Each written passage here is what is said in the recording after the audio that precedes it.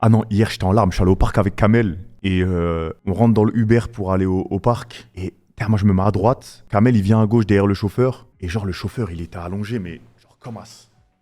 Mais au max que le siège pouvait descendre. Au max que le siège pouvait descendre, je pouvais pas faire plus. Kamel il était derrière, il était comme ça, je le regardais, j'étais en larmes. J'avais les larmes aux yeux. Miskin, il osait rien dire. Le chauffeur, il était là, il conduisait en étant à l'aise. Il avait le siège sur Kamel.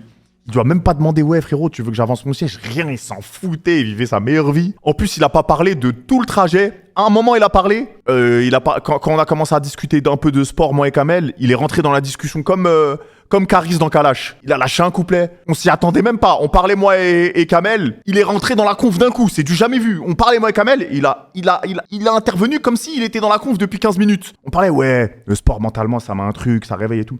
Et là, d'un coup, il rentre. Bah oui, les gars, le sport, bien sûr, c'est super important. Faut jamais lâcher. Tu rates un jour, c'est fini et tout. Nous, le regard, on est comme ça. Il est rentré dans un son, c'était un guest qu'on n'attendait pas. J'étais en mode, what? Mais lui, frère, les chauffeurs, c'est trop des rois.